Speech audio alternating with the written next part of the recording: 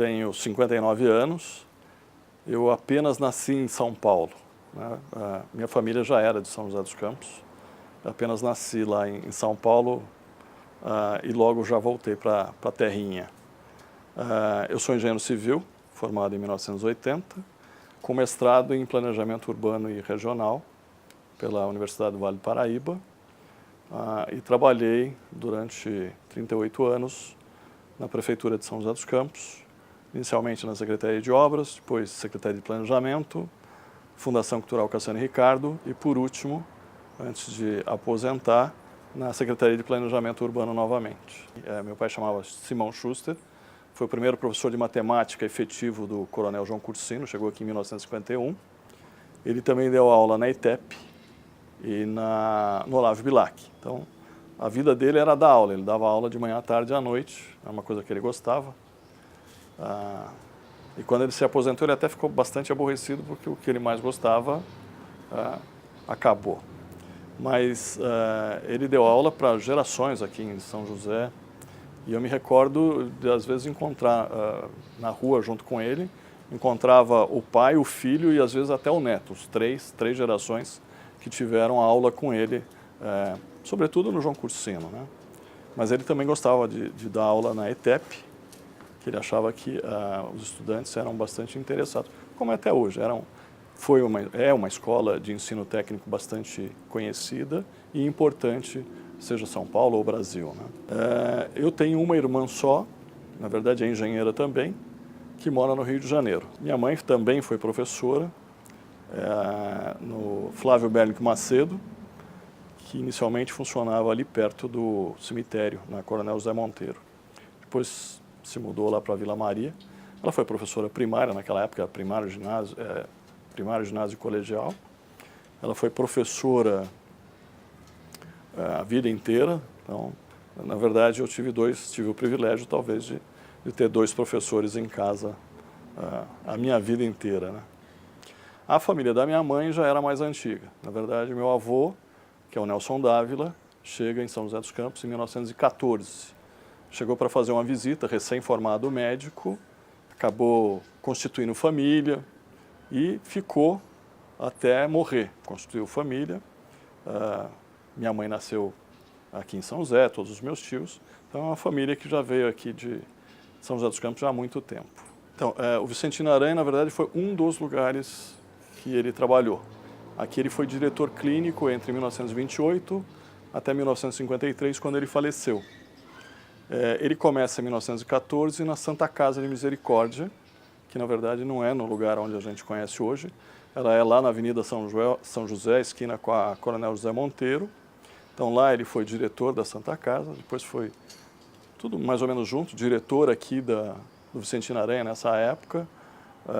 Ajudou a fundar o Maria Imaculada, foi diretor clínico, enfim, a vida dele foi também vereador e presidente de Câmara, no tempo que os vereadores não ganhavam nada. Então, todos eles, cada um tinha a sua profissão, eram médicos, dentistas, comerciantes, numa época talvez bastante diferente do que a gente tem na atualidade.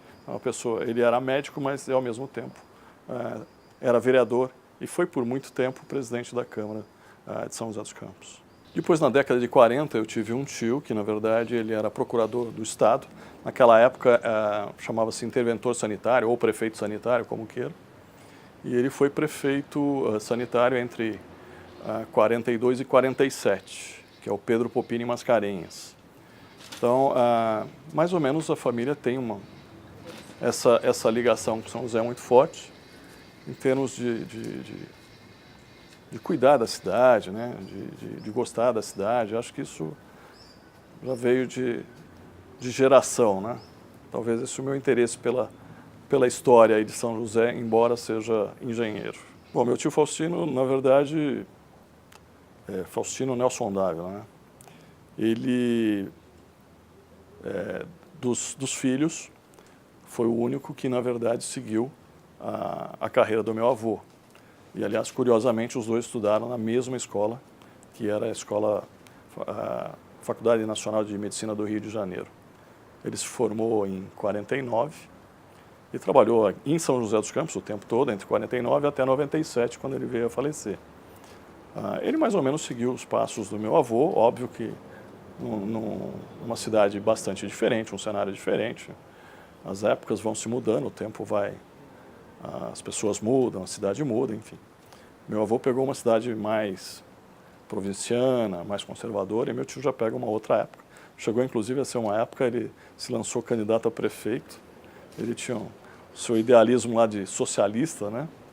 E que a gente brincava muito com ele sobre isso, mas acho que também ajudou muita gente, enfim. Até hoje vejo que as pessoas me perguntam, né? Puxa, ele faz falta? Óbvio, faz falta. Cuidou também de muita gente na cidade.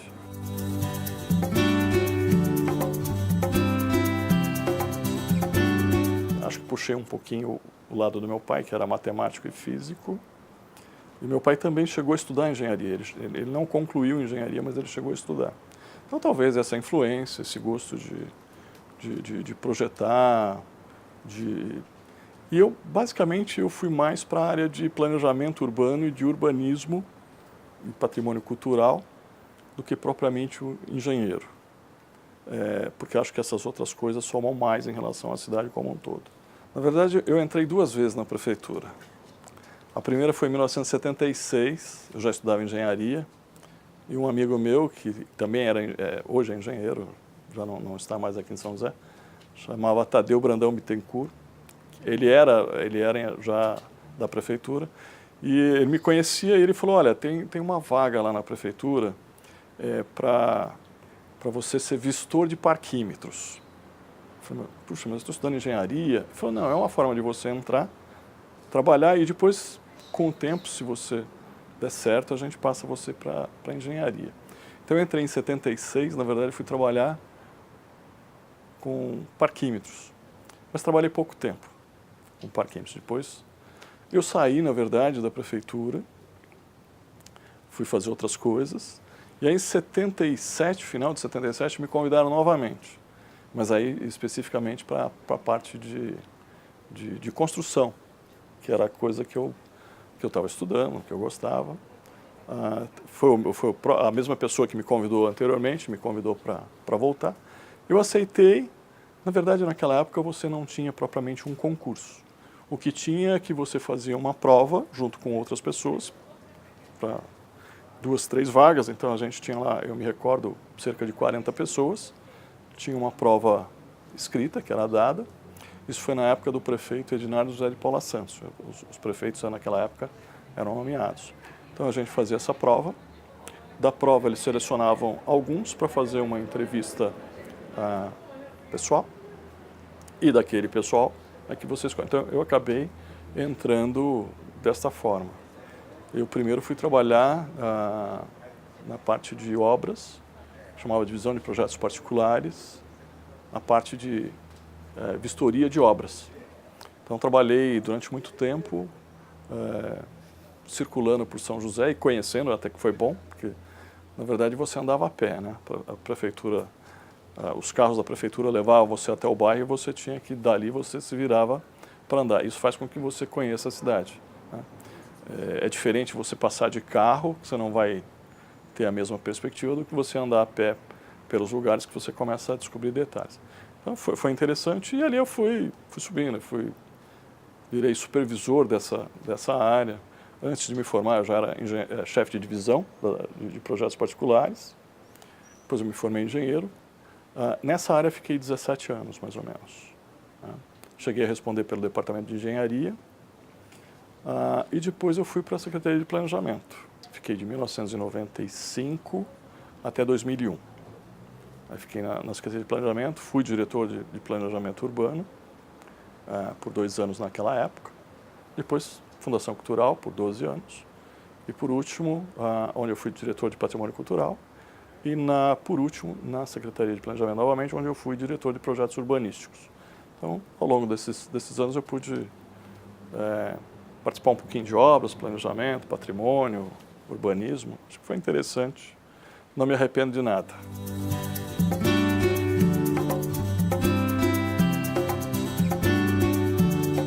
zoneamento, na verdade, é uma consequência do plano diretor. É onde você, na verdade, faz um detalhamento do uso e ocupação do solo, enfim, você faz um regramento. O plano diretor é a espinha dorsal que te dá, depende de como ele é feito, mas ele tem um horizonte de 20, 30 anos, às vezes até menos, dependendo da circunstância do que acontece no cenário socioeconômico. Então, é importante que um plano diretor, na verdade, que é aquele que antecede ao zoneamento, ele tem duas partes, basicamente. Ele tem o diagnóstico e tem o prognóstico. É um bom diagnóstico, 90% de chance de você ter um bom prognóstico. E depois, o zoneamento, na verdade, ele é uma consequência daquele trabalho. Se o plano diretor for bem feito, né, você tem grande chance de que você tenha uma lei de zoneamento boa. E é importante que a municipalidade ela consiga, nesse diagnóstico, ouvir o maior número de atores possíveis, dos vários segmentos. Não adianta a prefeitura achar que é assim, se a população acha que é de outra forma. Então, essa coisa do imposto de cima para baixo, ele precisa ser um pouco revisto. A gente precisa entender melhor o que a população de fato anseia, o que é prioridade, o que elas gostariam e de como a cidade deve ser. A prefeitura, na verdade, ela tem que estar sempre presente no sentido de orientar e fazer aquelas correções. Olha, isso que vocês estão me falando, se vocês fizerem isso, a cidade vai ficar assim. Se você fizer isso, a cidade vai ficar de outro jeito. A prefeitura ela precisa, já que ela detém, em tese, a técnica e o conhecimento, fazer essa construção junto com a população. A lei de zoneamento ela tem sido bastante polêmica em São José dos Campos, por motivos variados, né? Às vezes por não se seguir o rito adequado, cometer, às vezes, alguns enganos, né? A falta de uma participação ou discussão com a população, isso é importante. O que eu acho bastante importante, questão do zoneamento, é que nenhum zoneamento vai ser bom se ele começar a contemplar os interesses particulares de determinados segmentos. Sempre que você fizer uma lei de zoneamento que privilegia determinado segmento, seja ele produtivo ou não, você vai estar errando. Na verdade, em primeiro lugar, a gente tem que pensar na qualidade de vida. Óbvio que o desenvolvimento é necessário. Então, a gente precisa ter essa balança entre o que é desejável para a gente crescer e o que é desejável para que a gente tenha uma boa qualidade de vida. Planejamento não como eu disse, na verdade uma ação de Estado, não de governo. Então, é importante que o planejamento seja feito de forma a transcender a gestão A, B ou C, não importa que partido seja. Na verdade, a cidade precisa ter um planejamento. Não é essa administração ou aquela ter o seu planejamento.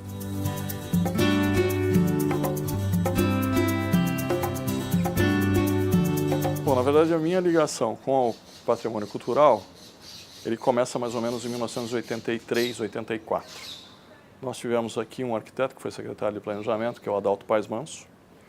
O Adalto, ele traz a ideia de se criar um conselho de patrimônio histórico, porque ele dizia que a cidade, na verdade, estava apagando o seu passado. Já não se discutia o passado, e até um tempo era comum que as pessoas dissessem: São José não tem história. Tem história as cidades lá do Vale Histórico, tem o Café, os Barões. São José não tem história, o que na verdade é uma grande mentira. Hoje a universidade já trouxe isso, a própria Fundação Cultural também conseguiu de certa forma trazer isso. São José é uma cidade que tem história.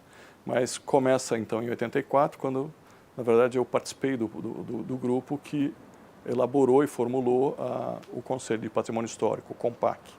Ele é criado o CONPAC, só em 85 é que você cria a lei de preservação, que na verdade começa com os elementos de preservação, zona de preservação, setores de preservação, a instrumentalização daquilo que o Conselho ia operar. Então a minha ligação começa ali. De 84 até 2001, o Conselho ele funcionou na Secretaria de Planejamento. Como eu estava na Secretaria de Planejamento, eu sempre mantive contato. Às vezes como conselheiro, às vezes como secretário, mas sempre mantive esse contato. Eu havia trabalhado com o Edmundo Carvalho, que foi vice-prefeito entre 93 e 96, na Secretaria de Planejamento, e ele veio a ser diretor-presidente da Fundação Cultural em 2001. E é quando ele me faz um convite, se eu não gostaria de ajudá-lo na Fundação Cultural. Eu fui, na verdade, para ficar 2 anos. Quando eu fui, na verdade, eu vi uma estrutura muito precária na Fundação, seja de recursos humanos, recursos materiais, enfim. E foi uma luta muito grande você estruturar isso. No fim, eu acabei ficando por 12 anos, né? O Edmundo encerrou o mandato dele em 2004. Eu achei que eu ia voltar para a prefeitura, para a Secretaria de Planejamento, quando a professora Antônia Varoto me convida para ficar. E ela também me disse, olha, 2 anos, acabei ficando os 4 com ela. Quando ela termina o mandato dela em 2009, eu achei que também voltaria novamente para a Secretaria de Planejamento. O Mário Domingos de Moraes, não, me ajuda aqui, e acabei ficando. Então foram 3 períodos de 4 anos, fiquei os 12. Eu acho que de todos esses lugares que eu trabalhei, talvez tenha sido um dos que eu mais gostei. Porque, na verdade, eu tive a oportunidade, junto com um grupo de técnicos, historiadores, arquitetos, a própria universidade, de ajudar no resgate do passado dessa cidade, né? E você, quando faz isso, você começa a descobrir coisas novas, fatos novos. Você descobre que o arquivo público do município, na verdade, é um lugar importante, muito diferente daquilo que as pessoas imaginam. Não, aquilo é coisa de velharia. Não é. Aquilo é coisa de história, aquilo é coisa do passado. Aquilo diz respeito, na verdade, a todos nós, né? Então, esses 12 anos foram bastante produtivos. Eu me recordo de ter encontrado a capela atrás do mercado. Ela ia cair, literalmente, ela ia ser tombada. Então, hoje ela está lá, né, passou por uma reforma de estrutura, depois um processo de restauro, está lá de pé. Então, esse tipo de ação, de trabalho, é muito gratificante. Porque você vê a coisa como era e vê depois ela funcionando, reabilitada para o seu uso, embora não seja o uso original lá do culto, mas ela serve. No caso lá, a gente tem um museu de arte sacra, então, de certa forma, remete à sua função original. Uma outra coisa bastante interessante que lá na Fundação eu pude criar junto com essas pessoas era o programa de educação patrimonial. Foi o mais gratificante. Você vê as crianças entendendo o passado da cidade que eles nasceram, né? Porque já é uma geração que nasce em São José, e começando a entender como é que a cidade funcionava lá atrás, o processo de transformação que ela sofreu ao longo da fase sanatorial e das fases industriais, porque a gente tem praticamente 3 fases industriais. A gente tem a primeira fase industrial concomitante aí à nossa fase sanatorial, que eu diria que vai de 1920 até 51 com a Dutra. Depois você tem uma outra fase industrial de 51 até 69 que a gente tem a Embraer, e a partir daí a gente tem uma outra fase industrial, que aí depois lá nos idos de 90 já começa a questão do serviço. Mas foi muito legal você resgatar o passado, e a gente tinha 3 trilhas. Nas trilhas do passado, lá no centro, as trilhas aqui do Vicentino Aranha, que aborda basicamente essa questão da fase sanatorial, dos sanatórios, e o do Parque da Cidade, porque o Parque da Cidade, além de ser aquele conjunto belíssimo do ponto de vista paisagístico e ambiental, ele também tem a ver com o nosso primeiro ciclo industrial, né?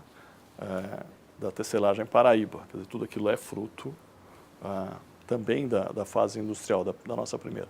Então, você vê aquelas crianças fazendo... E depois nós tivemos a ideia de fazer concurso de desenho, de redação, de fotografia.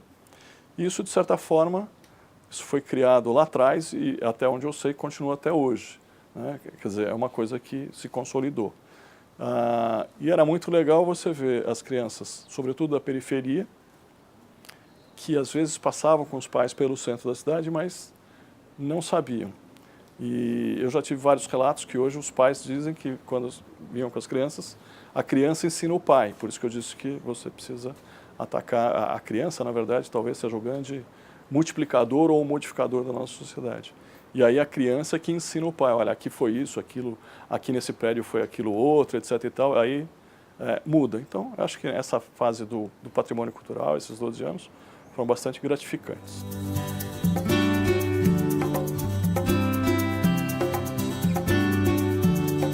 Não adianta você sair preservando e tombando as coisas se não tem uso, né? Porque se não tem uso, ele está fechado, ele vai degradar. Então, o que a gente percebe, isso acontece não só em São Paulo, São José, mas em todos os lugares, não tem como ser diferente, é essa necessidade de você fazer essa questão da preservação, do tomamento, junto com o uso. A gentrificação é um processo que, na verdade, você faz uma intervenção numa área degradada, você faz investimentos públicos e privados, você atrai novos moradores e esse novo cenário faz com que aqueles moradores anteriores eles acabem sendo expulsos desse lugar. Então você precisa tomar muito cuidado quando você faz uma intervenção. Várias experiências mostraram que, como resultado, a gentrificação, o que não é interessante. A gente tem visto, não é um problema nosso aqui de São José específico, mas de várias cidades, o centro da cidade ele acaba ficando morto. Sexta-feira deu 18 horas, o centro tem vida no sábado de manhã, alguns lugares, no domingo de manhã no redor do mercado e não tem mais. Então, talvez estudar melhor esse processo de você intervir no centro, como intervir, mas sempre lembrando que você não pode expulsar aqueles que lá estão, né, por questões econômicas. Você acaba criando, na verdade, um outro problema. Resolvi um problema, mas criei um outro problema. Então, não tem muito sentido. Então, precisa tomar muito cuidado. Eu acho que São José, na verdade, precisa parar um pouquinho para discutir, não projetos estanques, mas uma política pública que seja mais abrangente. Acho que a sociedade, às vezes, ela é um pouco aguerrida em determinados segmentos, e isso às vezes até atrapalha. Você não pode ser radical quando você discute, e sabendo que, na verdade, a cidade é de todos, não é só daqueles que batem mais panela. Isso é uma coisa que a gente percebe muito nas discussões, seja de zoneamento, plano diretor, etc. Nem sempre quem mais faz barulho ou bate panela representa o interesse da maioria. A gente tem um péssimo costume de, eu concordo, então eu fico acomodado e não me manifesto, nem para dizer que eu concordo. E aí faz com que aquela parcela que faz mais barulho, de repente, aparentemente, tem mais voz ou representa melhor os interesses da sociedade. Então precisa tomar muito cuidado nessas discussões, de como se faz, como se desenvolve essas discussões. A gente precisa começar a amadurecer isso aí, as pessoas precisam deixar de ser mais radicais, às vezes por questões político-partidárias, e a cidade acaba ficando num segundo plano, que não é bom para ninguém. Então, uma discussão que contamina por um interesse político-partidário, a cidade passa para ser um segundo plano e o resultado pode não ser bom. Eu diria que essa questão de planejar a cidade, ela tinha mais importância, né? O planejamento sistêmico da cidade era bastante importante. Muita coisa que a gente vê sendo realizada nos dias de hoje ou nas últimas 2 décadas, na verdade, foi fruto de um pensamento lá atrás. Então, eu estou falando da década de 60, 70, principalmente da década de 70. Então, o que eu acho interessante, o que me marca, não é só a mim, mas vários outros engenheiros e arquitetos da minha geração que trabalharam por esse tempo e também já estão fora, a maioria, mas é que, de alguma forma, a gente participou, direta e indiretamente, no processo de planejamento dessa cidade lá atrás, que é a cidade que a gente colhe hoje. Você tem a Anel Viário, a própria Uso e ocupação de solo de São José, embora você tenha problemas, óbvio, como todas as cidades têm, mas de certa forma é uma cidade mais organizada. Você percebe isso quando você vai em outras cidades ou quando alguém vem te visitar e ele fala, nossa, São José é organizado. A gente tem que estar preparado sempre, tem que preparar a cidade para o futuro. Essa é a função do planejamento, né? Minimizar os conflitos que possam existir para que você tenha uma cidade melhor lá na frente. Você precisa sempre estar um passo adiante. Planejamento é mais ou menos isso. Eu preciso identificar o que será de São José daqui a 20, 30 anos. Que tipo de cidade que nós temos que ser? As coisas estão mudando. Eu me recordo aqui de uma discussão lá na fase sanatorial, onde o meu avô defendia que a cidade precisava ter indústria. E se você olhar alguns jornais da época, outras pessoas defendiam que a nossa indústria eram os sanatórios. E ele dizia, olha, mas um dia a ciência vai achar a cura da tuberculose. Então, se a gente viver exclusivamente do sanatório, no dia que acontecer a cura, a cidade não tem mais o que viver. Então, eu acho que esse pensamento a gente precisa ter. E hoje a gente está numa região metropolitana, né? Então, é difícil você pensar num planejamento, né? Eu estou dizendo a falta do planejamento sistêmico, mas pensar num planejamento estanque São José dos Campos. Eu não posso mais pensar em São José só com o que eu tenho aqui dentro. Eu preciso pensar com o que Jacareí está fazendo, o que ele vai fazer, porque afinal de contas, praticamente nós estamos ligados, existe uma conurbação, tanto aqui como Jacareí, como Caçapava também, você vê vários. E hoje tem um fenômeno até, eu diria que de certa forma é um pouco complicado para São José. Você tem inúmeros loteamentos hoje residenciais que são feitos nos municípios vizinhos, então eu pago o meu imposto lá em Jacareí, eu pago o meu imposto lá em Caçapava, mas eu uso a infraestrutura de São José, quer dizer. Então a gente tem que começar a pensar nessas coisas. Até alguns anos atrás, a Secretaria de Planejamento sempre foi muito refratária à ideia de se ligar alguma coisa que fosse feita em Jacareí através do Urbanova, por uma simples razão, sistema viário.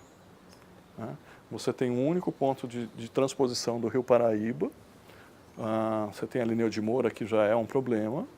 Então, se você, além de toda aquela ocupação que você tem na área da Urbanova, você acrescentar aquilo, outra ocupação que não estava prevista ou planejada por nós, porque não está, você vai ter uma sobrecarga no sistema viário. Imenso. E, óbvio, com prejuízo da população, não tem o que se discutir.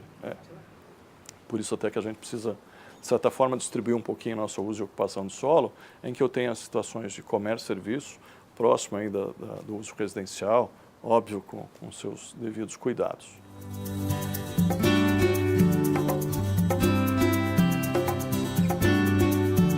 Eu acho que, na verdade, nunca vai ter essa questão, olha, agora não vai ter mais nada para se preservar. Porque, na verdade, você preserva, você não consegue preservar tudo, mas você preserva talvez aqueles elementos-chave de uma determinada época ou determinado ciclo que possam contar a história. No caso da fase sanatorial, por exemplo, a gente tem alguns bens tombados. Alguns já se foram, não existem mais. Mesmo da fase industrial também, muita coisa já se foi. Então você procura identificar aqueles que talvez sejam mais chaves. Então sempre vai haver, no tempo, vai chegar a hora de você preservar coisas que você acha que hoje é contemporânea, mas que se a gente pensar na cidade lá para frente, já merecia, né, vai merecer uma atenção especial. Eu acho que no nosso caso tem sido muito debatido a questão do Esplanada, que na verdade ele tem, de certa forma, um pouquinho do ideário da cidade jardim, né? É uma das áreas mais arborizadas da cidade, então precisa pensar, existe um plano de arruamento que foi pensado. Você ainda discute muito a questão do banhado, né? Mas tudo isso você precisa pensar e compatibilizar com o crescimento da cidade. Óbvio que é importante que, quando a gente fala de um bairro, precisa que aqueles moradores estejam bastante conscientes dessa questão. Você nunca vai conseguir unanimidade, porque às vezes tem um determinado grupo que tem um interesse, o outro tem um outro interesse, mas o importante é que o interesse da maioria prevaleça. O Esplanada, de certa forma, ele está meio que diretamente ligado à questão da General Motors, né? Porque, de uma certa forma, quando a GM traz os técnicos mais especializados de São Caetano, a maioria foi morar no Jardim Esplanada. Então, é muito comum você ver lá hoje o pessoal aposentado. Onde você trabalhou? Eu trabalhei na GM. A Embraer já num segundo momento, mas o pessoal do comecinho da década de 60 era a General Motors, né? O pessoal da Embraer era a partir de 70. A Embraer 69 vem no segundo momento, mas os pioneiros, eu me recordo bem que eram da General Motors. Então, tem uma história, tem toda uma forma de ocupar. Óbvio, a cidade tem uma dinâmica? Tem uma dinâmica, mas eu acho que você tem que compatibilizar a dinâmica da cidade como um todo com aquele espaço. Eu acho que é perfeitamente possível.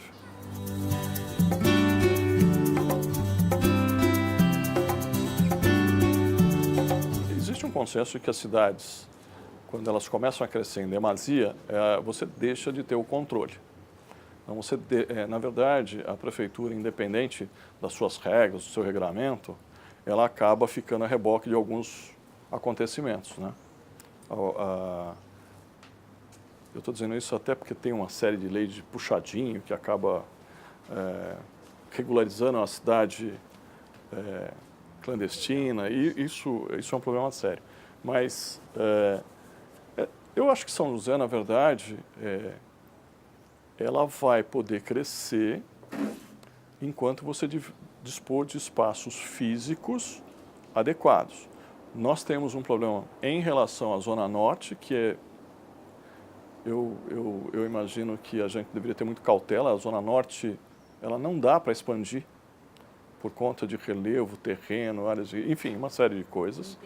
A questão dos corpos d'água, uma série de coisas.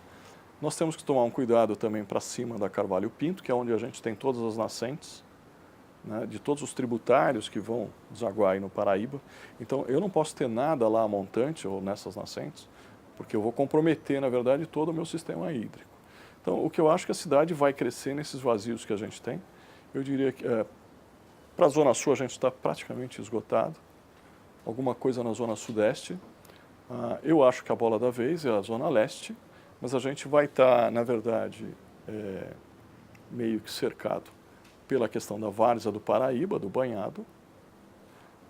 São José vai acabar continuando a crescer até que esses passos realmente terminem. E aí, na verdade, nós vamos estar conurbados efetivamente com as outras cidades. O que eu acho importante é que esse processo de ocupação dessas áreas que emanecem seja feito com bastante cuidado, bastante critério. Principalmente no que se fala em respeito ao adensamento, né? De você colocar os usos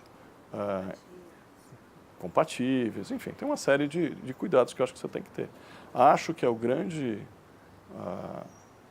importância desse plano diretor que provavelmente a prefeitura venha discutir aí nesse ano, no ano que vem, sobretudo o que ela vai fazer com a Zona Leste. Porque a Zona Leste hoje é um problema do ponto de vista de planejamento urbano. Você colocou muita gente lá no fundo que não tem a infraestrutura, e eu diria que toda aquela rede de infraestrutura que você tem de escolas, de postos de saúde, de creche, etc., que eles foram construídos e dimensionados para o que você tinha, esse crescimento, quando se dá através de conjuntos habitacionais, você acaba onerando os equipamentos. E aí aquela UBS, ou aquela escola que você dizia, funcionava bem, por que não funciona mais? Não funciona porque ela não foi projetada nem dimensionada para aquele crescimento que teve em 2 anos. Você sabe que o processo de ocupação dos espaços através de um loteamento, que demora para ser ocupado ao longo de 10 anos, às vezes, é muito diferente quando você simplesmente joga um conjunto habitacional. Porque o conjunto habitacional eu aprovo hoje na prefeitura e daqui a 2 anos eu ponho lá 1.000 apartamentos com 4.000 pessoas morando. E aí você fala, a prefeitura não tem condições nesses 2 anos de fazer uma revisão da infraestrutura, não existe isso. E esse é, talvez o grande problema que a gente esteja enfrentando hoje nessa saturação dos equipamentos públicos. Eles não foram dimensionados, não foram projetados para isso. Quando eu falo da ocupação, óbvio que a gente tem que ter, antes dessa ocupação, você precisa buscar essa questão do resgate, né? Fazer a salvatagem de tudo que for arqueológico. Isso é uma coisa que eu acho que bem lembrado, que eu acho que é uma coisa que a Fundação Cultural ela precisa urgentemente fazer. Nos 12 anos que eu estive lá, não conseguimos fazer. Mas acho fundamental a importância essa questão da prospecção arqueológica, do resgate, a salvatagem, enfim, para você ter a nossa história colocada no devido lugar. Mas dizer que São José tem que parar, eu acho um pouco difícil. Porque esse negócio de dizer que São José vai parar de um dia para o outro, eu teria que acordar isso com toda a sociedade. E aí eu preciso dizer para aquele cara que é o dono da padaria, olha, você vende tantos pães por mês, você, daqui para o resto da sua vida, você vai continuar vendendo esse mesmo número de pães, porque nós não vamos crescer. Então, eu acho difícil você acordar isso. Então, eu acho que vai ser mais pelo esgotamento físico das áreas que são passíveis de ocupação.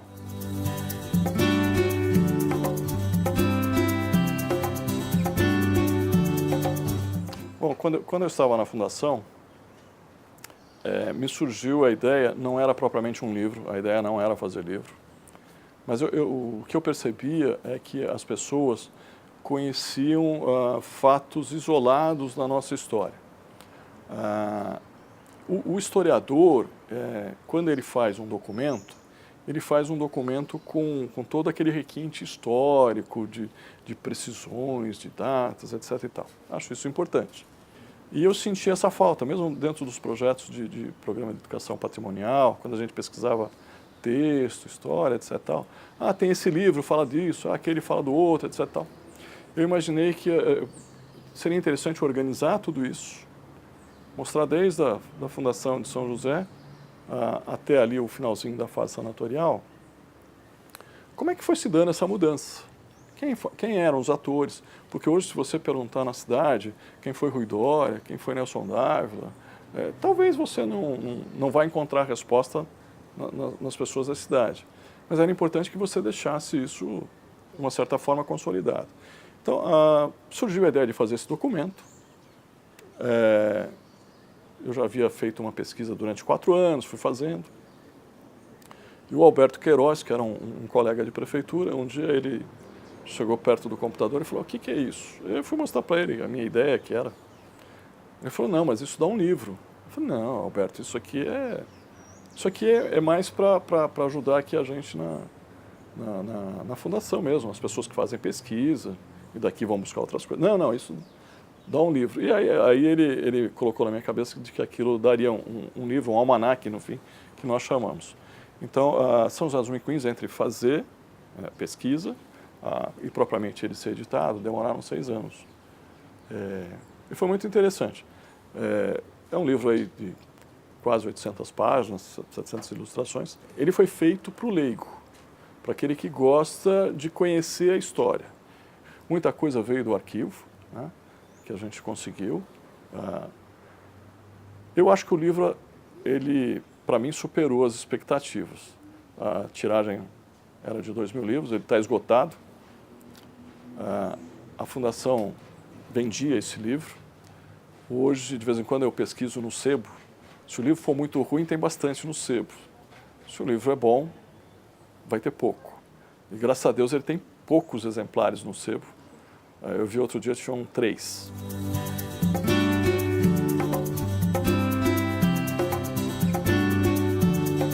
Bom, o Promemória, quando a gente criou lá atrás, né, tinha a participação da Fundação Cultural, a Câmara Municipal e a Universidade, né, a Universidade do Vale do Paraíba.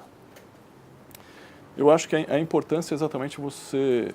a Fundação não conseguia fazer sozinha, a Câmara não conseguia fazer sozinha, e a Universidade também não conseguia fazer sozinha. Eu acho que a grande sacada do Promemória foi exatamente juntar 3 entidades, cada um com as suas habilidades, com o seu suporte, com seus recursos. Eu acho que é uma forma da gente manter viva um pouquinho da nossa história, ajuda a consolidar e ajuda, acho que, sobretudo através da Câmara, com a TV Câmara, você difunde a nossa história e cria, na verdade, essa expectativa, aguça o interesse das pessoas de conhecer um pouquinho mais. São José, na verdade, tem uma história de superação. Ela, a partir da doença, né, que é uma coisa ruim, da dor, do sofrimento, com a fase sanatorial, na verdade, ela fez disso, soube fazer desse trampolim ou desse limão a limonada de se tornar uma cidade que hoje eu diria que lidera todo o crescimento do Vale do Paraíba. A gente, né, durante muito tempo a gente escuta, e até hoje a gente escuta, a capital do Vale, né? Então eu acho que o Pró-Memória ajuda a manter toda essa história. Importante é que se cobre do poder público o aparelhamento das instituições de planejamento, de patrimônio, etc. e tal. Às vezes o foco vai para outros, eu até entendo, prioridade, mas eu acho que essa questão de você idealizar, planejar a cidade é muito importante. E o que a gente estava falando de patrimônio, quer dizer, cidade que não tem história, não conhece seu passado, não sabe para onde vai, não sabe o que foi. Então, minha mensagem é que realmente a população participe mais dos rumos da cidade, discuta mais e ajude, porque na verdade a gente acha que sempre é o poder público que deve fazer tudo sozinho. E depois, se a gente não gostar, a gente acha ruim. Mas na verdade eu acho que a gente tem como sociedade, né, como cidadão, sempre tentar buscar, junto com o poder público, a solução dos problemas.